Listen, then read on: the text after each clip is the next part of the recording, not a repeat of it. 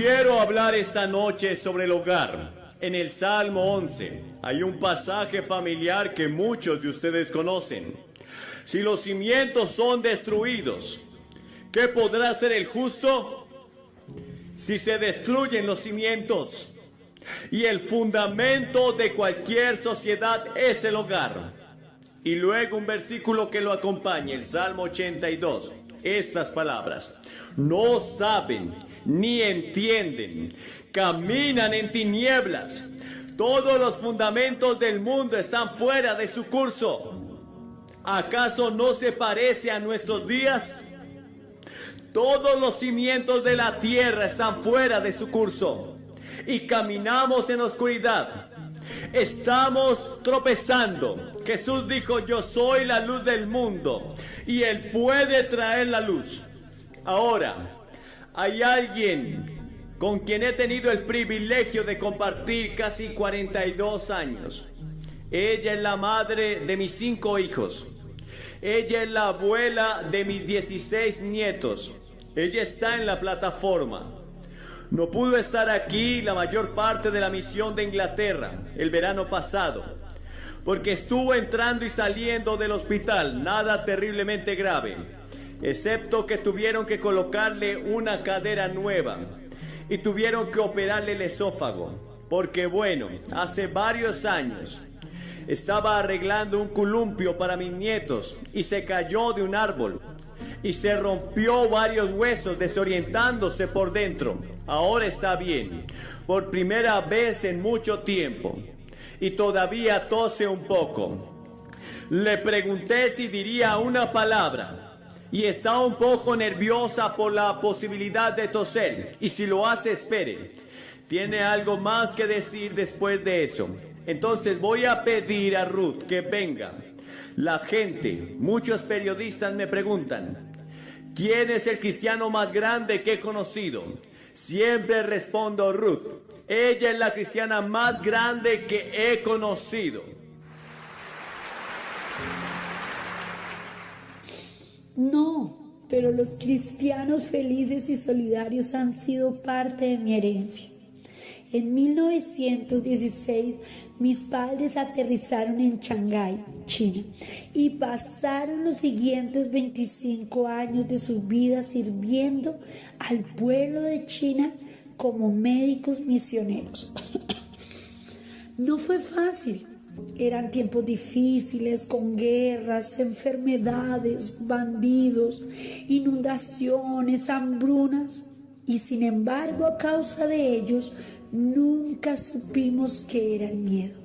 Diariamente en el hogar habían oraciones familiares, con himnos, lecturas de la escritura y oraciones. Fuimos disciplinados con amor, fuimos entrenados cuidadosamente. Pero mamá y papá no solamente la enseñaron, sino que la vivieron. Y como consecuencia, cuando era niña, fue fácil entregar mi corazón al Señor Jesús. Luego vinieron a Estados Unidos y tuvimos la dicha de vivir a su lado durante los últimos 25 años de sus vidas. Y gracias a su ejemplo cristiano, nuestros 5 hijos quedaron tremendamente influenciados, en buena parte gracias a ellos. Ellos también entregaron su corazón al Señor Jesús. Recuerdo el último año de su vida. Papá fue elegido moderador de una iglesia. Ahora bien, él tampoco se encontraba bien en ese momento y mi madre había sufrido un derrame cerebral y estaba en silla de ruedas. Pero una mañana bajé a ver cómo estaba y papá estaba de rodillas frente a mamá, ayudándola a poner sus medias. Y él me miró por encima de sus lentes y dijo: ¿sabes? Estos son los mejores años de nuestra vida. Cuidar a tu mamá ha sido el mayor privilegio de mi vida. Y la cuestión era que lo decía en serio.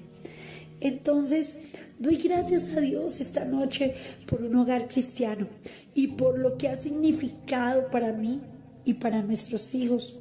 Y si no ha tenido un hogar cristiano, pueden darle a sus hijos un hogar cristiano. Y si tus hijos ya son mayores y se han ido de casa, pueden volver a comprometer tu vida con Cristo y buscar algún otro joven que te ayude. Dios te bendiga esta noche. Gracias.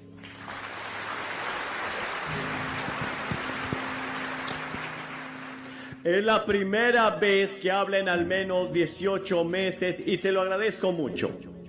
Creo que todos somos conscientes de que algo anda mal en nuestros hogares. Alguien ha dicho que todas las bodas son felices, es la convivencia posterior lo que causa todos los problemas. Y hay algo de verdad en eso. Un psicólogo estadounidense dice: el matrimonio es un infierno silencioso para aproximadamente la mitad de las parejas estadounidenses. Ahora, ¿qué está pasando?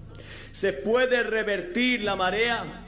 Porque lo mismo podría decirse tal vez del Reino Unido, de Irlanda, o de cualquier gente que esté mirando o escuchando. Y quiero hacerles esta pregunta sobre la escritura que leímos. ¿Su casa está construida sobre una base sólida? ¿Lo es?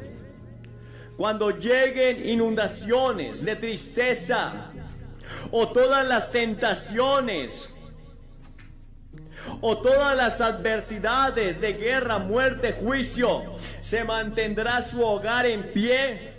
¿Está en una base sólida? Los investigadores sociales están descubriendo que en los tiempos de estrés, en lugar de unir a las familias, muchos cónyuges les resulta más fácil huir de la lucha. Con las emociones abrumadoras que generan las tragedias familiares, prefieren huir. Una de nuestras familias más famosas se vio involucrada en una terrible tragedia hace unos años.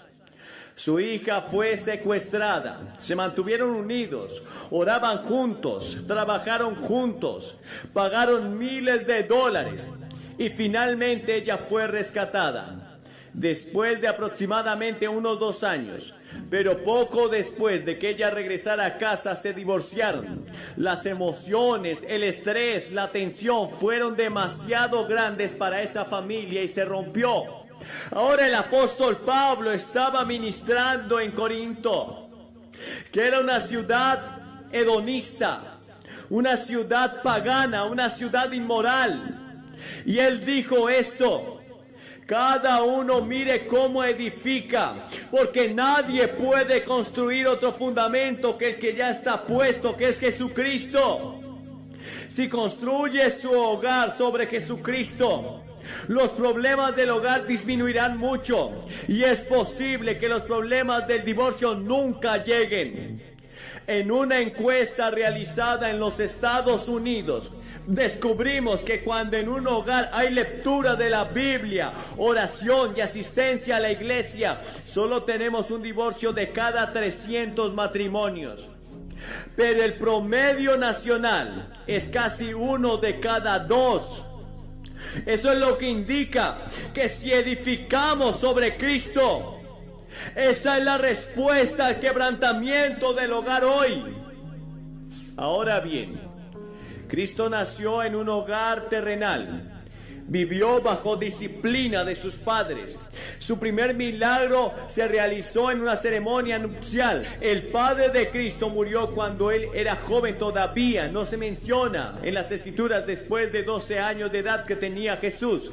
Entonces tal vez Jesucristo, siendo el hijo mayor, era el sostén de la familia, no lo sé. Pero él conocía todos los problemas del hogar.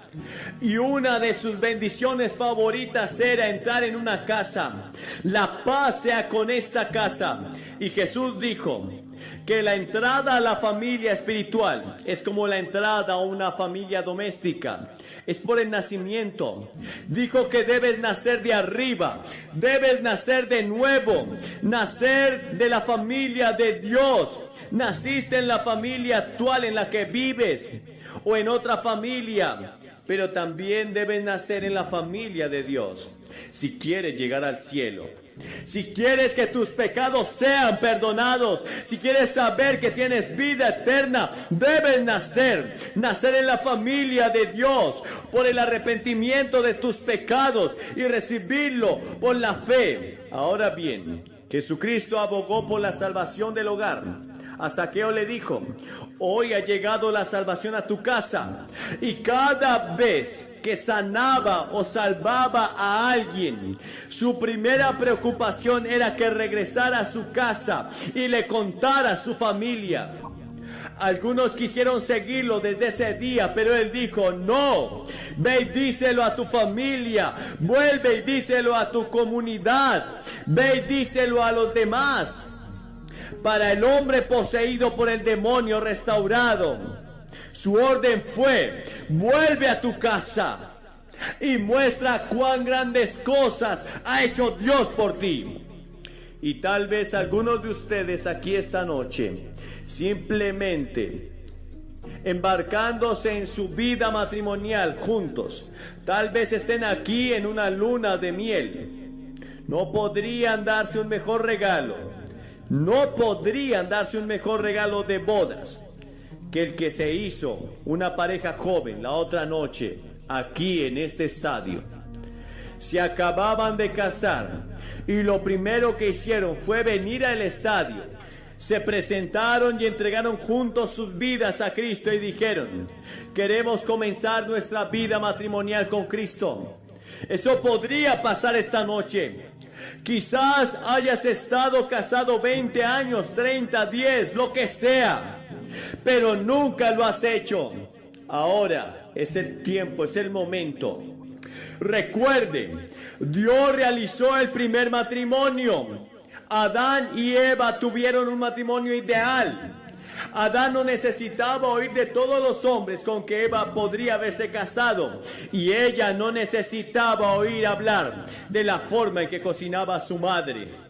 Si hacemos caso omiso de las sugerencias y las normas de Dios para el hogar, corremos el peligro de terminar como un verdadero fracaso.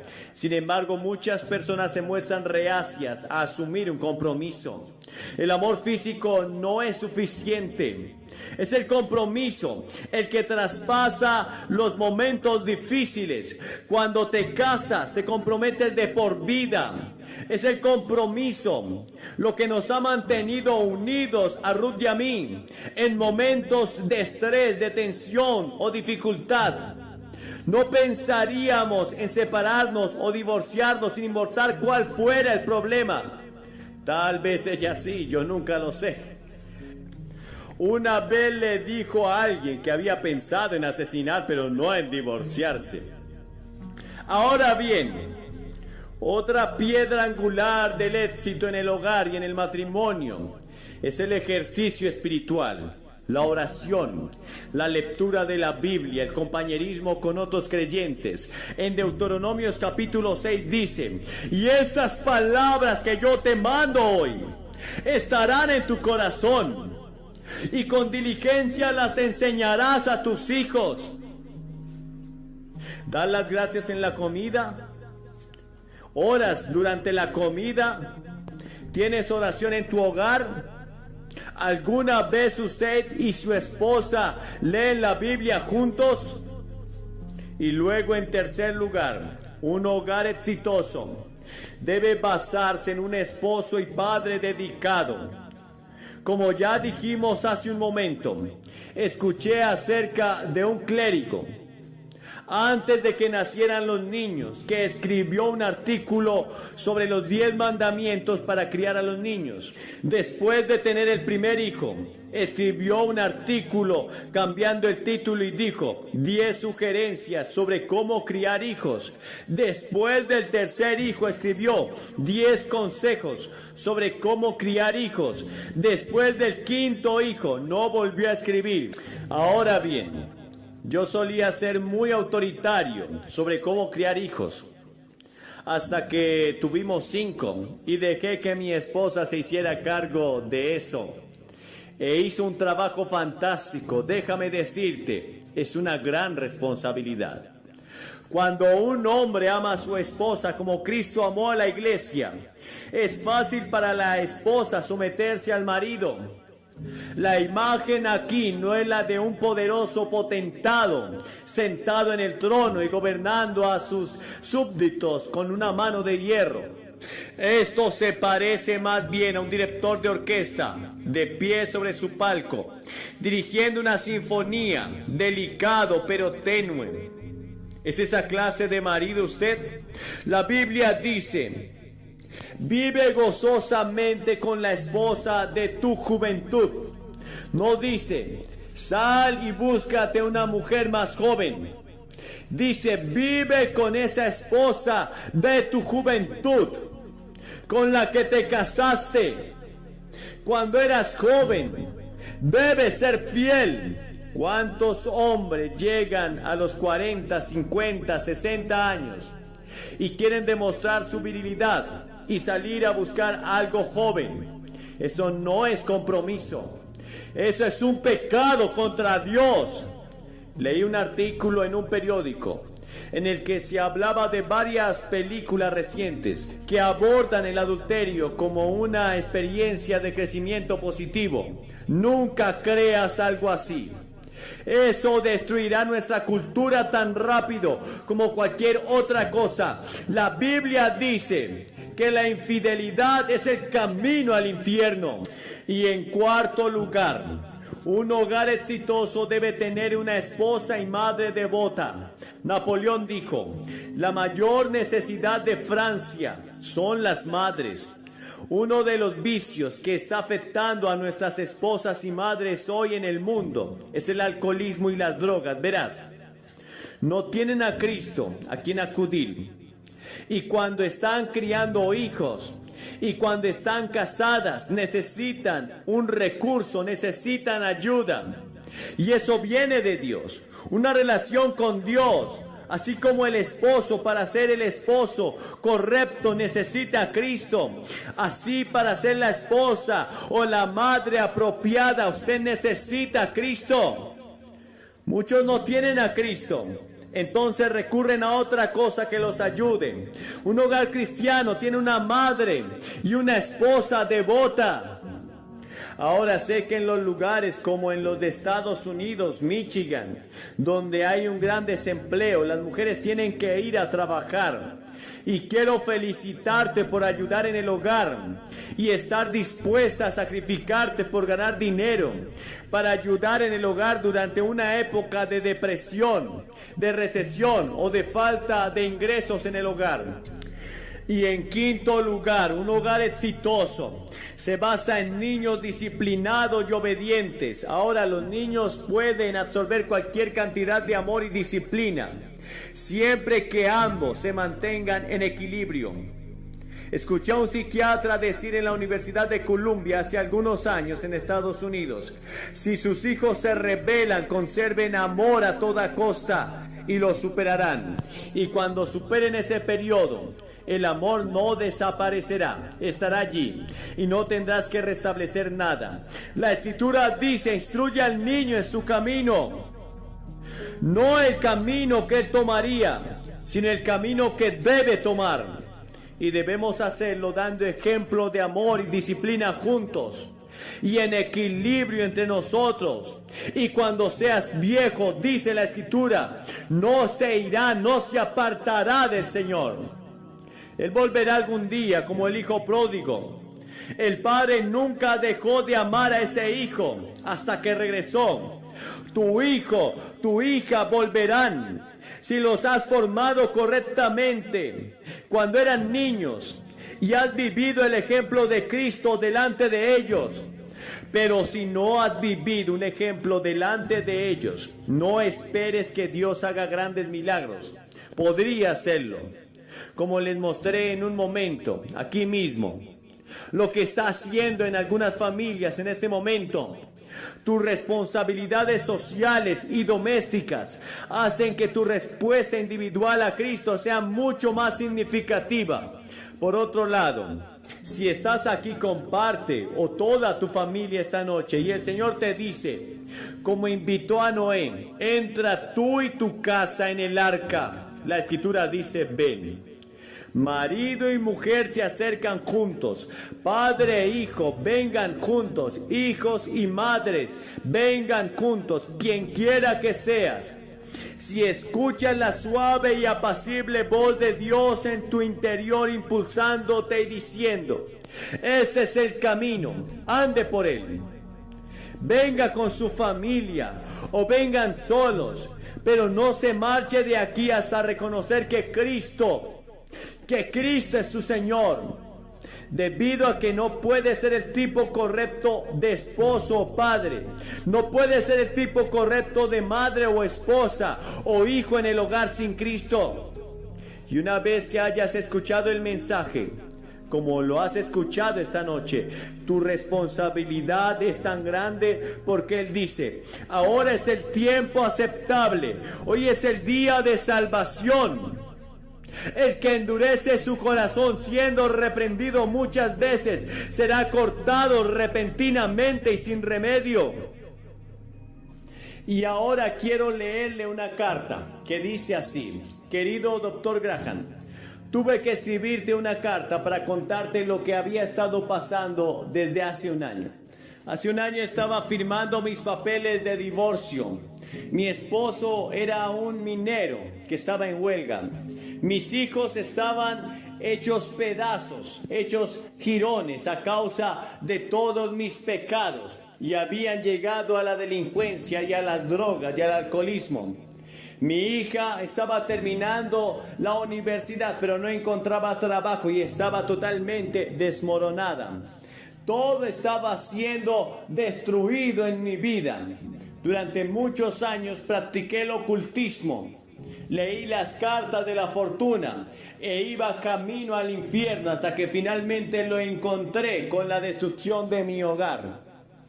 Pero un día mi esposo vio pasar un autobús con un letrero que decía, este es Billy Graham y vale la pena escuchar el mensaje de Jesucristo. Él lo ignoró por algún tiempo, pero de repente ese autobús seguía pasando por el lugar donde mi esposo trabajaba, hasta que él no pudo resistirlo. Él fue a una cruzada y aceptó a Jesús en su corazón. Luego me llevó a mí. Yo estaba tan irritada, no podía creer lo que estaba haciendo. Yo creía que era algo estúpido, pero esa noche el Señor me habló, rompió mi corazón. Él habló a mi vida y entró en mi corazón, nací de nuevo. Fuimos todos bautizados. Y la semana pasada mi hija aceptó a Cristo y fue bautizada también. Esta es una familia. Y tenemos cientos de decenas de cartas similares de la misión el año pasado. ¿Qué está pasando contigo? Voy a pedirte que vengas esta noche. Dices, ¿qué tengo que hacer? Voy a pedirles que hagan lo que hemos visto hacer a miles de personas. Voy a pedirte que te levantes de tu asiento, que vengas y te pares frente a esta plataforma y digas, soy un pecador, necesito a Cristo. Quiero que Él venga a mi vida, lo quiero. Quiero que Él entre en mi casa. Estoy dispuesto a entregarme y a comprometerme totalmente sin reservas a Él. Pero ¿por qué le pido a la gente que se presente públicamente? Porque cada persona a la que Jesús llamó, la llamó en público. Él lo llamó públicamente. Él dijo, si no quieres reconocerme públicamente delante de los hombres, yo tampoco te reconoceré delante de mi Padre que está en los cielos. Hay algo en hablar así públicamente que lo hace real, genuino en tu vida. Así que te voy a pedir que te levantes ahora mismo y vengas. Si vienes desde lo alto te tomará 2 o 3 minutos. Por eso comienza ahora mismo. Y ustedes por aquí, por todos lados en el estadio, levántense y vengan. Nosotros vamos a esperarle para que usted entregue su vida a Cristo. Tal vez vengan familias enteras, tal vez maridos y esposas, novios. Solo levántese y vengan. Te esperamos ahora mismo. Vengan rápidamente. Ustedes que están mirando por televisión, pueden hacer su compromiso ahora mismo. cuando ven que cientos de personas vienen aquí para hacer su compromiso en este gran estadio. Ustedes que están mirando en cualquier lugar, puede hacer su compromiso esta noche de entregarle su vida a Cristo. Él transformará tu vida, tu familia, tu casa, tu descendencia. Vamos, queremos orar por usted. Levántese y reciba a Cristo en esta hora. Y ahora quiero que abra su Biblia en el capítulo 10 de la primera carta a los Corintios. El capítulo 10 y el verso 13 de la primera carta a los Corintios. No nos ha venido ninguna tentación que no provenga del género humano, pero fiel es Dios que dará juntamente con la tentación la salida para que pueda soportar. En 1981 se estrenó una película en Hollywood llamada Carrozas de Fuego. La historia trataba sobre Eddie Little, un hombre que tuvo la capacidad de decir no, que se autodisciplinó y que en aquellos juegos de 1913 le dijo no hasta el príncipe de Gales. Porque aquel príncipe le pidió que corriera en la carrera, porque todo el mundo sabía que era el hombre más rápido en los 100 metros planos. Pero él dijo que no, porque era un día domingo, día del Señor, y eso iba en contra de sus convicciones religiosas. Y el mundo se asombró, pero él no estaba dispuesto a quebrantar sus principios religiosos.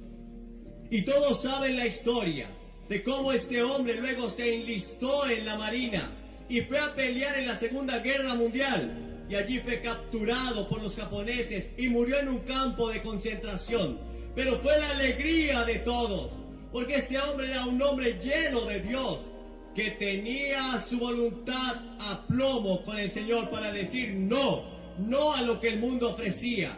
No estaba dispuesto a vender sus principios. Yo quiero hablarles acerca de algunos jóvenes en la Biblia que tuvieron la capacidad, el autocontrol y el criterio para decir que no, aún bajo amenaza de muerte. Y del primer joven que quiero hablarles esta noche es de Moisés.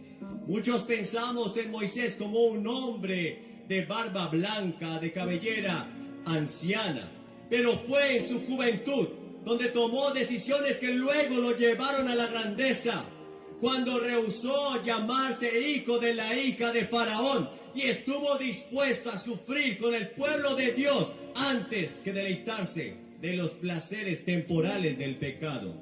Y este no en su juventud lo llevó a la grandeza. Pero vemos todo lo que está pasando en América. La gente está yendo tras la vanidad. La gente está yendo tras el desorden. Viven en el placer. Su Dios se ha vuelto el sexo, el placer, los deseos desordenados y no tienen la capacidad de decir no. Pero ese no en tu vida temprano te llevará a la grandeza.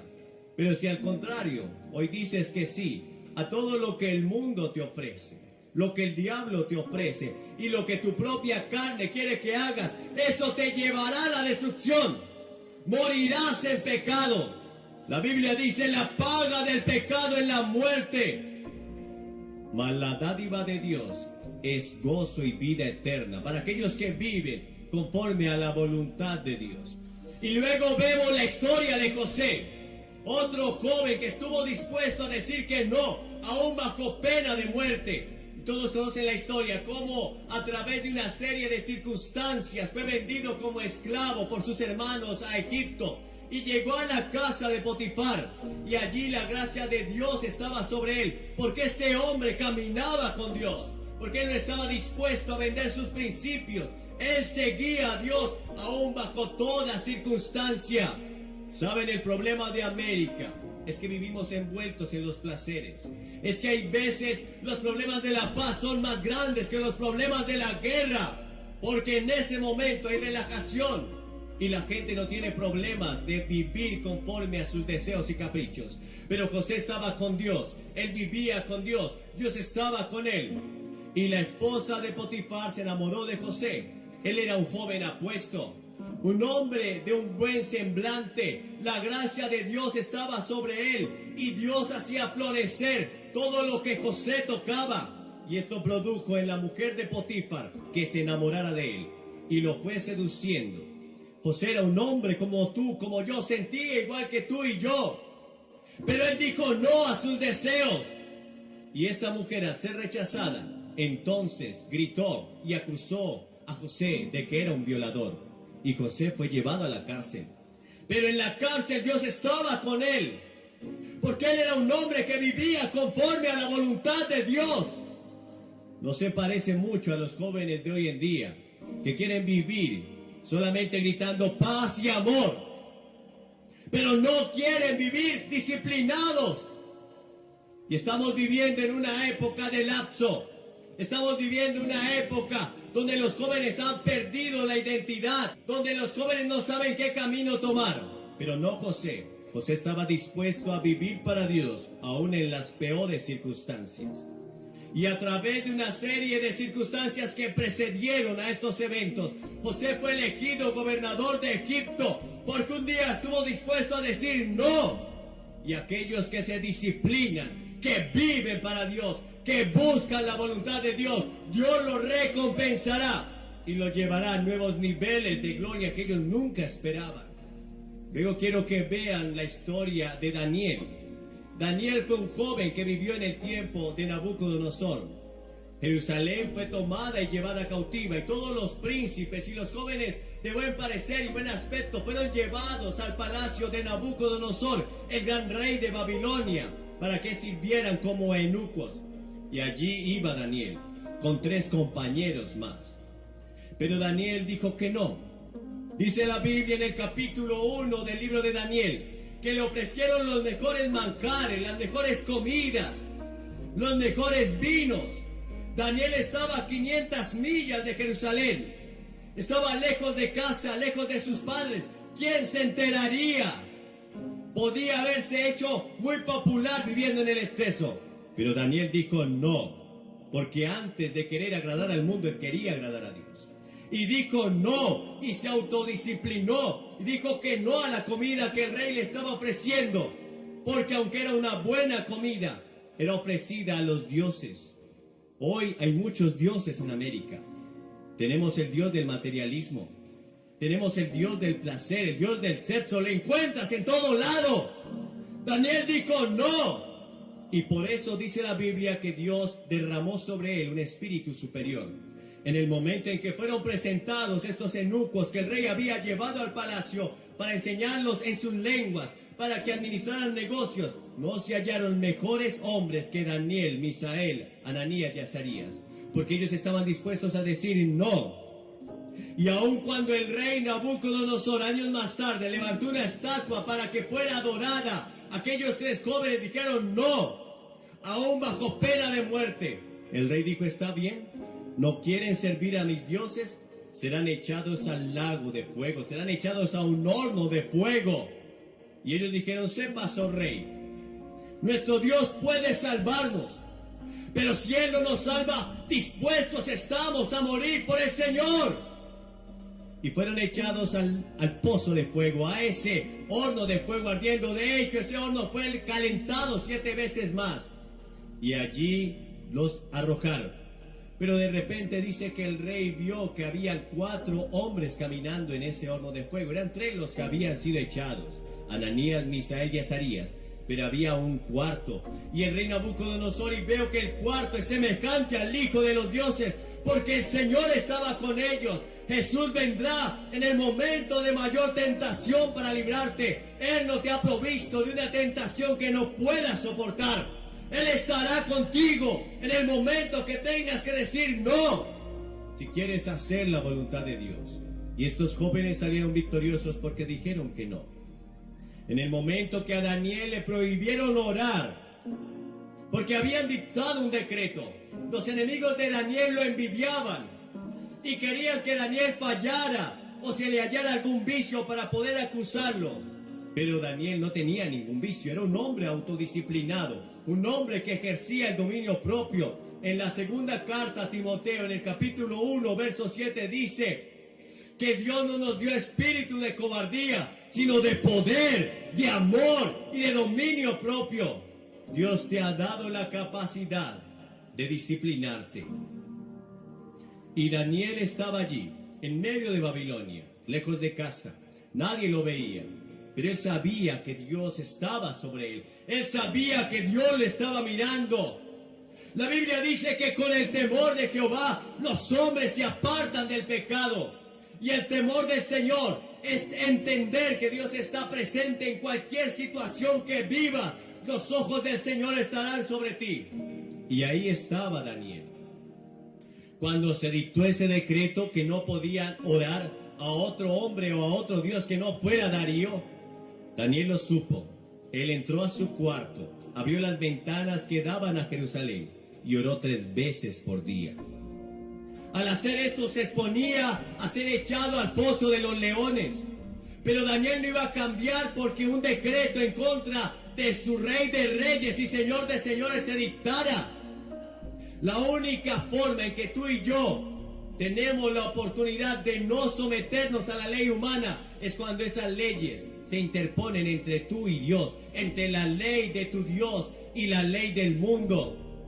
Es la única forma en que podemos desobedecer las leyes humanas. Así como aquellas parteras que un día dijeron no al decreto del rey de echar los primogénitos al río para que los tragaran los cocodrilos. Ellas temieron a Jehová y no obedecieron las leyes del hombre.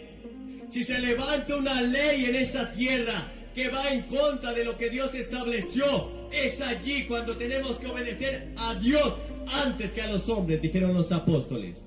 Y allí estaba Daniel, orando al Señor. Cuando fue atrapado por esos sátrapas, cuando fue atrapado por esos magistrados, por esos policías, y lo llevaron ante el rey, y lo acusaron de haber orado a otro Dios que no era él. Y Daniel dijo, yo no he hecho nada malo. He estado haciendo lo que mi Dios me pedía hacer.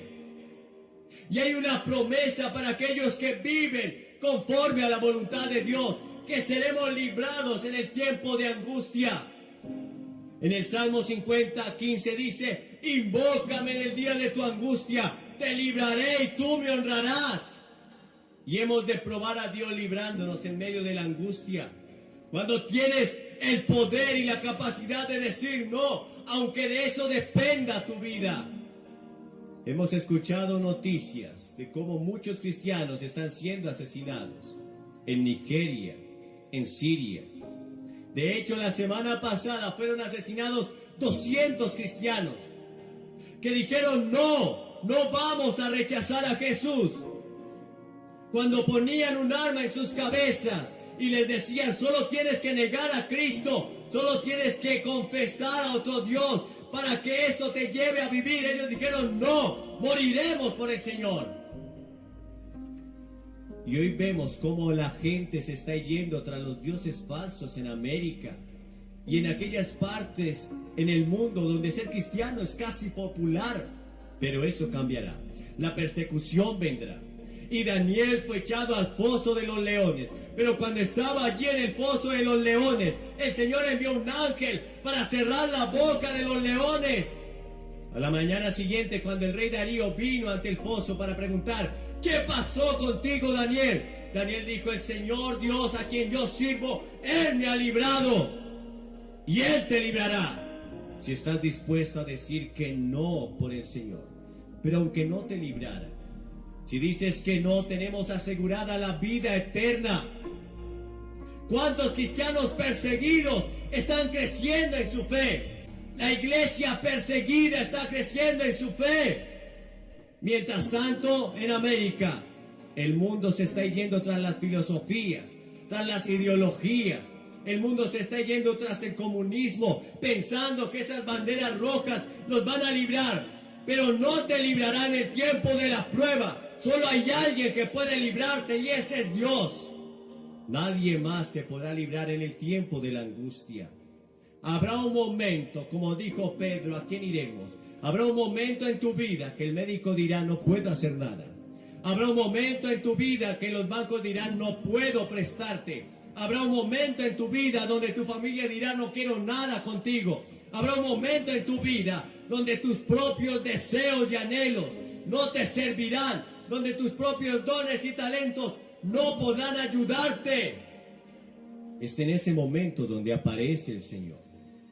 Pero tienes la capacidad de decir no hoy al pecado, de decirle sí a Cristo, de recibir a Cristo en tu corazón, de vivir para Él, de negarte al mundo, de dejar tus pecados.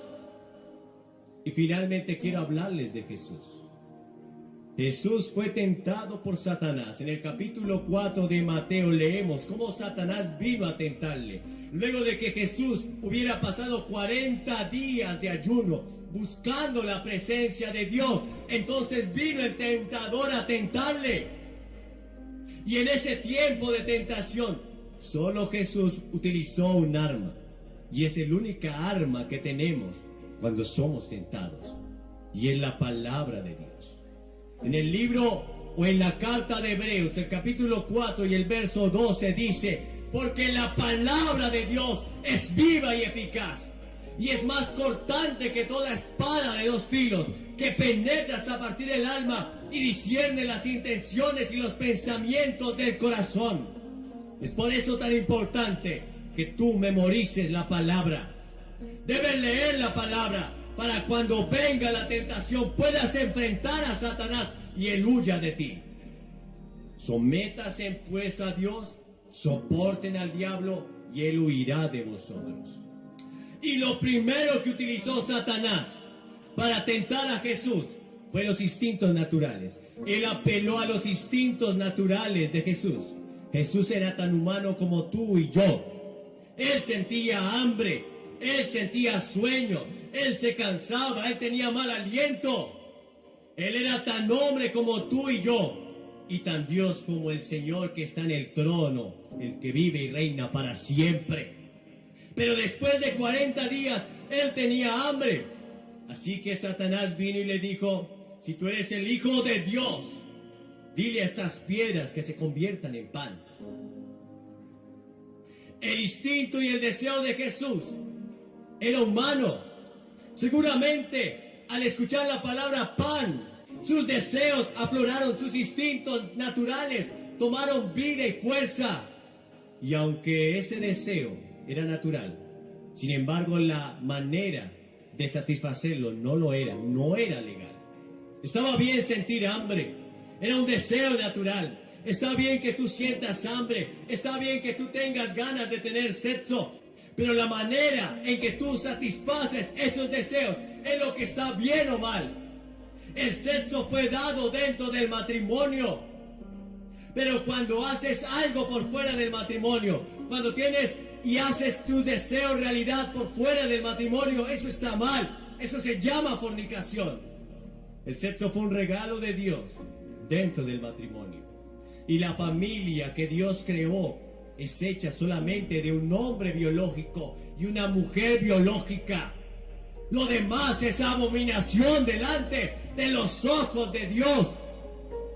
Y allí estaba Jesús, mirando esas piedras. Tenía el poder de convertirlas en pan. Pero no era lo que el Señor lo mandó a hacer. No era lo que su Padre le había encomendado a hacer. Oh, sí, la gente tiene hambre en el mundo. Podía solucionar el hambre del mundo, pero ese no era el propósito de Jesús en la tierra. Él vino a morir por ti en esa cruz. Él vino a salvarnos de nuestros pecados. Y Él, si Él hubiera cedido a esa tentación, tú y yo no tendríamos salvación. La gente debe entender que somos peregrinos en esta tierra. La gente debe entender que vamos de paso, camino hacia el cielo. Y ese camino se llama Jesús. No hay más caminos. El único camino es Jesús. Él es la puerta de la salvación. No hay otro camino. La religión no te puede salvar.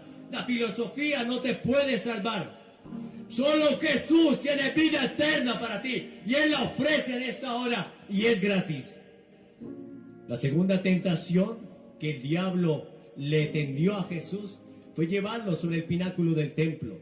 Y le citó las escrituras en el Salmo 91:12. Le dijo: tírate del templo y échate del templo, tírate abajo, porque vendrán los ángeles del Señor a tomarte en sus manos, y entonces todo el pueblo creerá. Y había una leyenda por aquel tiempo, y aquellos judíos creían que el Mesías iba a descender de la cúpula del templo que había levantado Herodes. Y Jesús dijo: oh sí, será un gran espectáculo. Lo será, dijo Satanás. Pero ese no era el medio por el cual deberían creer y conocer a Jesús. ¿Sabes? Dios estableció un camino para acercarnos a Él, y es la fe. Hebreos 11:6 dice: pero sin fe es imposible agradar a Dios, porque es necesario que el que se acerca a Dios crea que le hay y que Él es galardonador de los que le buscan. Solo hay un camino para acercarnos a Dios, y es tu fe.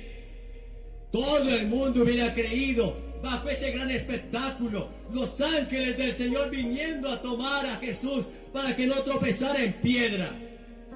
Pero Dios estableció un camino para acercarnos a Él, y es tu fe. ¿Tienes tu fe puesta en Jesús? ¿Tienes tu fe puesta en Dios? Él dijo: tened fe en Dios. Tu fe debe estar puesta en Dios, no en lo positivo, no en las filosofías huecas, no en el sistema americano ni en la economía. Tu fe debe estar puesta en Jesús. Y luego la tercera tentación. Satanás lo llevó sobre un monte muy alto y le mostró todos los reinos de la tierra, la gran Babilonia, las grandes pirámides de Egipto. Le mostró la ciudad de Nueva York. Le mostró a China, a Francia, el imperio grecorromano. Podía ser el rey de todo. Y claro, del Señor es la tierra y su plenitud. Un día Él reinará sobre toda esta creación. Pero ese no era el medio. Satanás le dijo: arrodíllate solo una vez delante de mí, y todo esto te daré, porque a mí me ha sido entregado. ¿Saben? Eva y Adán perdieron el paraíso y fue entregado a Satanás. Le pertenecía. Satanás es el príncipe de este mundo. Él es el Dios de este siglo. Le estoy ofreciendo su reino. Pero Jesús dijo: no. Al Señor tu Dios adorarás y solo a Él servirás. ¿Saben? Muchos le están sirviendo de balde al diablo, tan solo por nada. Jesús nos dijo que Él no tenía poder de dárselo. Pero al final todo vendrá a traer muerte y destrucción. Hoy tienes que tomar una decisión. Si dices no al pecado, no al mundo, no a los placeres que te está pidiendo tu cuerpo, si dices no a lo que te ofrece este tiempo, pero le dices sí al Señor, ¿has tomado tu decisión? Alguien dirá: ¿qué debo hacer? Tienes que hacer tres cosas. Primero, debes arrepentirte de tus pecados. Verán, todos somos pecadores. Todos hemos quebrantado las leyes morales de Dios. Tú has mentido, yo he mentido. Entonces eres un mentiroso, y los mentirosos no tendrán parte en el reino de Dios. Tú has mirado a una mujer con codicia, entonces eres adúltero de corazón, y te tendrás que enfrentar un día a un Dios que es santo, a un Dios que te juzgará por los 10 mandamientos. El día que te enfrentes ante ese Dios, serás culpable o inocente.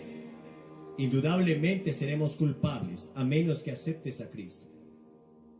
A menos que aceptes el sacrificio en la cruz por ti, porque la paga del pecado es la muerte, mas la dádiva de Dios es justicia eterna. Todos hemos nacido en pecado, pero para esto apareció el Hijo de Dios, para deshacer las obras del diablo.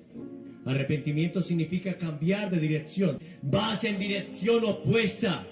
Dejas tu vida de pecado y te vuelves a Dios. En segundo lugar, debes poner tu fe solo en Jesús.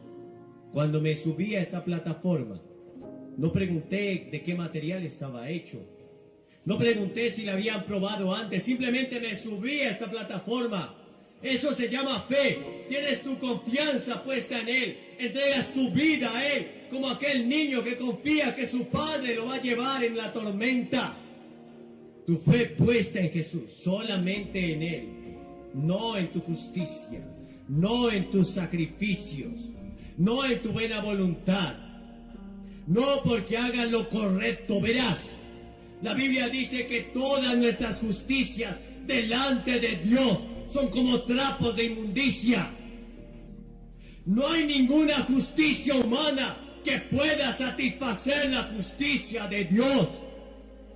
Solamente puedes ir a la presencia de Dios a través de Cristo. Verás, Hebreos 4:16 dice: acerquémonos pues confiadamente ante el trono de la gracia para alcanzar misericordia y hallar gracia para el oportuno socorro. Solo a través de Cristo, solo hay un camino, solo hay una verdad, solo hay una vida, y está en Cristo. Y en tercer lugar, debes hacer tu fe pública. Verás, todas las personas a las que Jesús llamó en el Nuevo Testamento, excepto Nicodemo, vinieron a él en público. Jesús dijo: si no estás dispuesto a confesarme delante de los hombres, tampoco yo te confesaré delante de mi Padre que está en los cielos. Debes pararte ante esta plataforma y decir: yo acepto a Cristo, yo recibo a Cristo en mi vida.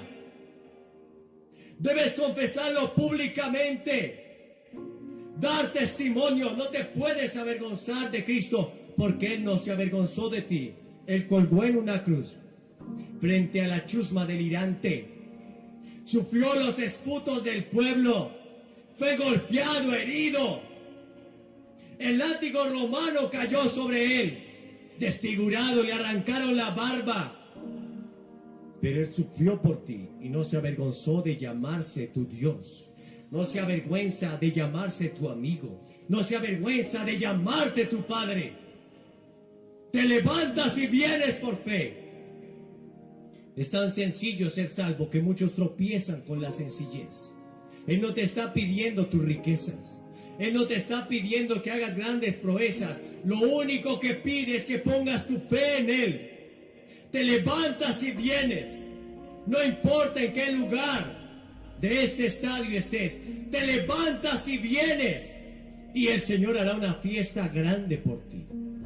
A aquellos que tienen la capacidad, el deseo y toman la decisión de decir hoy no, no a Satanás, no al mundo, no a sus deseos, pero sí a Cristo, ellos van a recibir salvación y vida eterna.